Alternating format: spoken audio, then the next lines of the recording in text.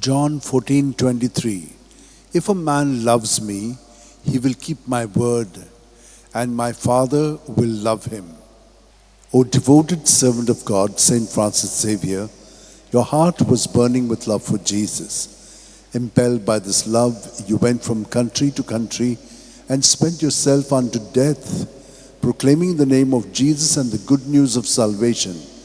That is why the Father filled you with glory in heaven and preserved your body from corruption here on earth.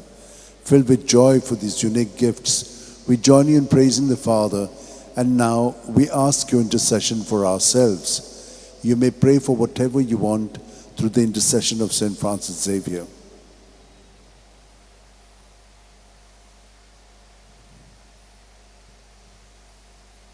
We ask you to obtain for us the fulfillment of these desires, if they are pleasing to the Father.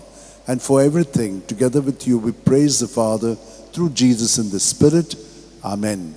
And may Almighty God bless us, the Father, and the Son, and the Holy Spirit. Amen.